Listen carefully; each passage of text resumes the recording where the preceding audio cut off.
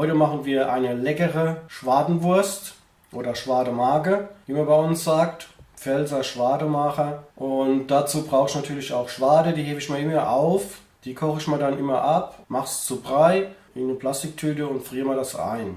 Das Gesamtgewicht vom kompletten Fleisch und von der Schwade ist 2,5 Kilogramm. Dann habe ich noch Schweinebauch. Die Knochen, die lasse ich auch drin, die hole ich dann später raus, wenn es abgekocht ist, da gehen die schön raus. Und am Schweinskopf tue ich dann alles rausschneide, was gut ist. Ein bisschen die Schwade runterschneide, die brauchen wir dann, dass die Wurst auch fest wird.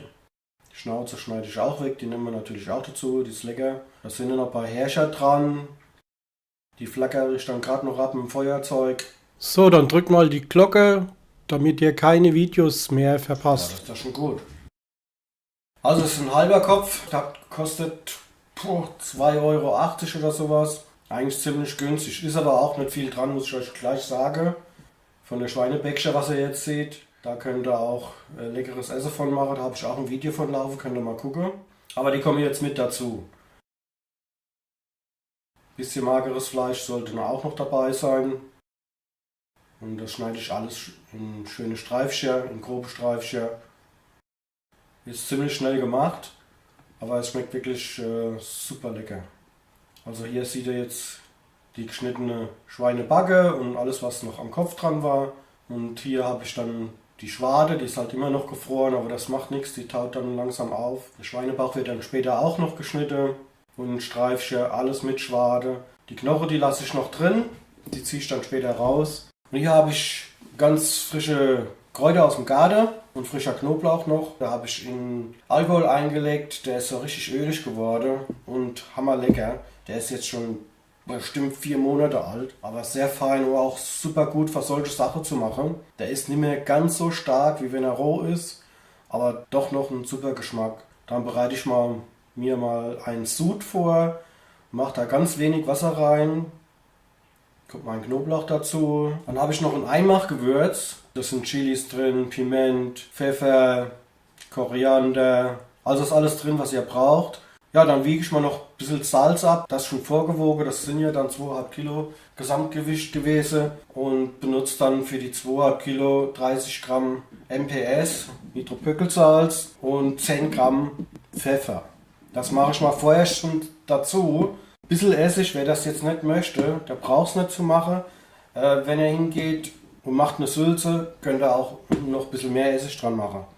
Dann kommt noch ein bisschen Zucker dazu, habe ich noch 10 Gramm genommen. Aber das alles müsst ihr sowieso zum Schluss nochmal abschmecken. Also das wird wahrscheinlich zu wenig sein und das müsst ihr dann zum Schluss nochmal gut abschmecken. Einfach, wenn es abgekocht ist, nochmal probieren. Ich mache auch noch ein bisschen Maggi rein, das machen wir hier in der Pfalz so und im Saarland auch. Wir haben das gern. Wer das nicht will, braucht es auch nicht drin zu machen. Da habe ich noch ein bisschen Spezialgewürz, das habe ich mal selbst zusammengestellt. Das kann man für alles nehmen. Da sieht man nochmal den Schwadebrei. Das tue ich allerdings nachher noch mal ein bisschen klein schneiden. Also dieser Schwadebrei und dieser Schweinebauch tue ich noch mal schön klein schneiden. Das Sud koche ich dann auf, lasse ihn erkalten und sieb das dann aus und gebe es dann meinem Fleisch hinzu.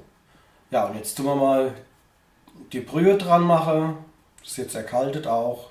Da ist alles Mögliche drin. Der Knoblauch mache ich jetzt dann noch ein bisschen dazu. Ein paar Pfefferkörner dürfen auch noch dabei sein. Aber diese Wacholderbeeren, das schmeckt nicht so. Ihr könnt das auch alternativ im Teebeutel abkochen. Dann braucht ihr das nicht so umständlich zu machen wie ich jetzt. Ja, das alles tue ich schön vermengen. Aber wie gesagt, ich habe dann zum Schluss dieser Schwadenbrei, habe ich nochmal klein geschnitten und dazu gemacht. Also lasst es nicht ganz, tut es nachher nochmal klein schneiden. Aber das werdet ihr jetzt gleich sehen, dass ich das nochmal klein geschnitten habe. Genauso die Schwade, wo ihr jetzt noch seht. Und wenn das dann warm wird, löst sich das dann sowieso komplett auf. Also so sieht es jetzt aus.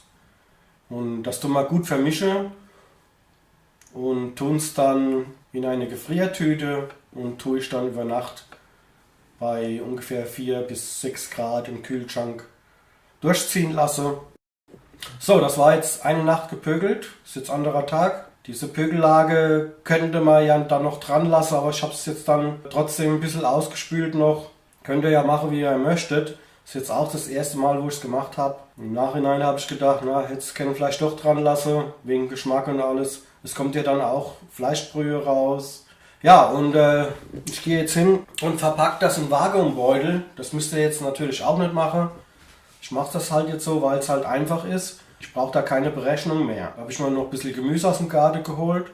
Das tue ich mal ein bisschen klein machen. Insgesamt habe ich 2 große Esslöffel Kümmel noch dran gemacht. Auf alle Fälle, das gebe ich jetzt dann noch zum Fleisch dazu. Die Beutel bin ich jetzt dann auch drauf gekommen. Ich habe es dann anfangs nicht ganz vakuumiert, extra nicht. Aber ich kann euch empfehlen, tut das ganz vakuumieren, dass es ganz zu ist. Und natürlich dann auch zweimal verschweißen, dass es ja nicht aufgeht. So, dann könntet ihr Schweinebutte nehmen, die müsst ihr dann halt auch sauber machen. Aber ich habe jetzt solche Schweinebutte aus Stoff, die gibt es dann beim Metzgerei, Zubehör oder Handel. Und da werde ich das später reinmachen. So, das habe ich jetzt dann mittlerweile abgekocht mit ca. 80 Grad. Und wie ihr seht, da ist ja jetzt die Eigenbrühe drin. Und gerade deswegen habe ich das so gemacht. Wenn ich jetzt dann Wasser genommen hätte, dann wäre die ganze Brühe im Wasser noch. Dann wäre es also verdünnt. Und so habe ich jetzt nur wirklich diese Eigenbrühe. Und ich brauche da auch überhaupt gar keine Berechnung mehr zu machen. Das stimmt 100%. Das ist jetzt mein Vorteil. Natürlich, wer Plastik nicht mag und sagt, okay, da geht mir Plastik da rein oder sonst was, dann macht es einfach anders damit. Jetzt kommt der Moment, dass man das noch abschmecken muss. Also ich muss sagen, lecker, lecker, lecker. Als Suppe hervorragend noch. Also wenn ihr da draußen eine Suppe macht, da fresst ihr euch tot. Also ich habe da beinahe nichts mehr in meine Butter reingekriegt. So lecker war das. Also wie gesagt, ich habe jetzt gar kein Salz und gar nichts mehr dran gemacht, weil ich habe es zwar gut gefunden, aber tu das schon ein bisschen überwürze. Ja, und das fülle ich jetzt dann in meine Schweinebutter rein. Ich habe dann auch noch Huckidarm noch was reingemacht, um zu sehen, wie das dann wird noch. Also die Butter, die kommen dann in den Kühlschrank zum Abkühlen, bis ein anderer Tag. Da sollten die fest sein. Und ja, da warte ich mal ab bis morgen, wie es geworden ist. Also das war das Würstchen jetzt, was ich noch gemacht habe, im Huckidarm. Also ich habe schon probiert, es ist wirklich ein Traum. Es schmeckt so lecker. Sowas habe ich noch selbst da noch nie gegessen. Das ist ehrlich klasse.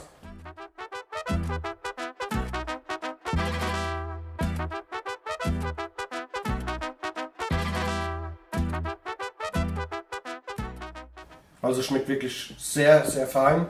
Ich kann es nur jedem empfehlen, das mal zu machen. Ich werde es demnächst, wenn ich wieder dorthin komme, um Schweinskopf zu holen, hole ich gleich wieder Schweinskopf und Schweinebauch. Und Schwarte habe ich ja eh immer zu Hause. Wie gesagt, hebe ich mir hier immer auf. Da habt ihr hier eine geile Pfälzer Schwartemacher. Ich werde dann später noch hingehen und hänge das dann noch auf im Räucherofen und tue das noch ein bisschen kalt räuchern. Das gibt nochmal extra leckerer Geschmack.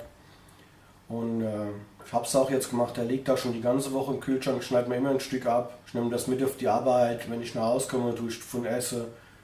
Es ist sehr, sehr lecker. Aber ich zeige euch jetzt nochmal einen Anschnitt. Das kann man auch gut essen mit Kartoffeln zum Essen dazu. Also es ist wirklich lecker.